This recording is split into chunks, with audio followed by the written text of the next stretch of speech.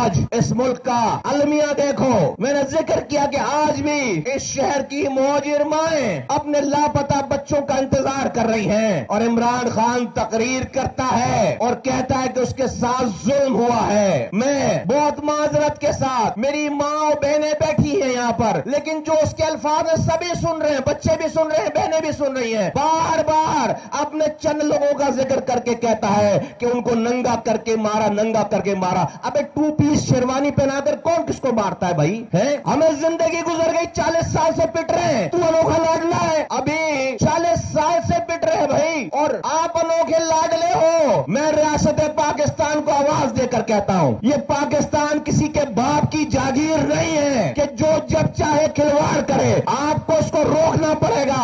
ابھی شہر نے چند ماہ پہلے 3 لاپتہ ساتھیوں کی لاشیں اٹھائی ہیں، لاشیں دفنا رہے 40 سالوں سے۔ ریاست چلانے والوں کے لیے عمران خان کا کہا ہوا عشر شیر بھی نہیں کہا، خدا کی قسم۔ زیادتی، ظلم، ٹارچر کیا ہوتا ہے تو 10 منٹ کے لیے اپنے نام کے ساتھ ایم کیوں لگا کر دیکھ، پھر تجھے پتا چلے تجھے، پھر مذاق بنا لیا ہے۔ ڈرامہ ختم ہو کے نہیں دے رہا۔ 4 سال حکومت کرنے کے بعد ایک پروجیکٹ نہیں ہے بتانے کے لیے کہ میں یہ کام کر رہا تھا پاکستان والوں کے لیے، مجھے ہٹا دیا، یہ کام ادھورا رہ گیا، ایک پروجیکٹ نہیں ہے۔ 4 سال کی حکومت ختم ہونے کے بعد جب پہلی دفعہ ٹی وی پہ آئے تو بتایا، اپنے 4 سالوں کے کارناموں کے بعد آ کر بتایا کہ فراگوگی بے قصور ہے، فراگوگی کو ڈیفینڈ کر رہے ہیں، ایماندار تھے، توشہ خانہ سے گھڑی لے کر بیچ دی، بازار میں بیچ دیے، دوسروں کو چور کہنے والے خود سرٹیفائیڈ چور ہو گئے، دوسروں کو بے ایمان بد کردار کہنے والے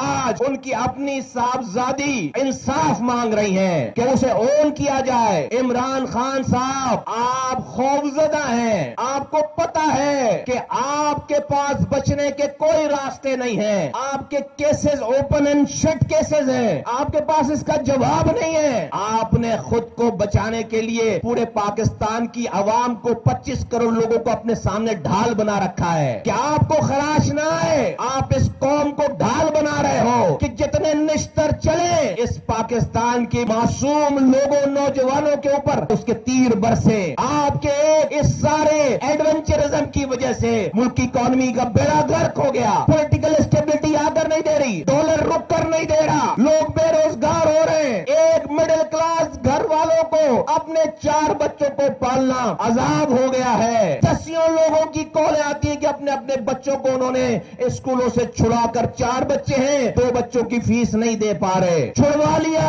تعلیم چھڑوا لی۔ جنہوں نے کبھی سوچا نہیں تھا ہاتھ پھیلائیں گے، ان کو ہاتھ پھیلانا پڑتا ہے۔ اس آدمی کو کسی کی فکر نہیں ہے، اور ملک کے اداروں کے سربراہوں کا ایسے نام لے کر ان کو ان کی تذلیل کر رہے ہیں کہ کیا بھارت، کیا اسرائیل، کیا ہمارے دشمن ممالک ہماری فوج کو، ہمارے ملک کے سیکیورٹی اداروں کو، ہمارے ملک کی اسٹیبلشمنٹ کو، ہمارے ریاست کے اداروں کو کیا انہوں نے نقصان پہنچایا ہوگا جو اس شخص نے پہنچایا ہے؟ یہ ملک، اب دوبارہ کہتا ہوں، کسی کے باپ کی جاگیر نہیں ہے۔ ہمارا لہو، ہمارے آبا و اجداد کا لہو اس ملک کے بنانے میں، اس کو چلانے میں شامل ہے۔ ہم اتنی آسانی سے اس انوکھے لاڈلے کے ہاتھوں اس ملک میں یہ کھلواڑ ہونے نہیں دیں گے۔ حکیم سعید اپنی کتاب میں 30 سال پہلے لکھ گئے کہ یہ موصوف یہودیوں کے ایجنٹ ہیں۔ ڈاکٹر اسرار صاحب 25 سال پہلے کہہ گئے کہ یہ موصوف یہودیوں کے ایجنٹ ہیں۔ میں سلام پیش کرتا ہوں ان کے ویژن پر، ان کی آگہی پر۔ مجھے آج ان کی حرکتیں دیکھ کر ان کی باتیں صحیح لگتی ہیں۔ یہ جس ڈرٹی ہیری کرتے ہیں، جس پاکستان کی فوج کے ایک جنرل صاحب کو،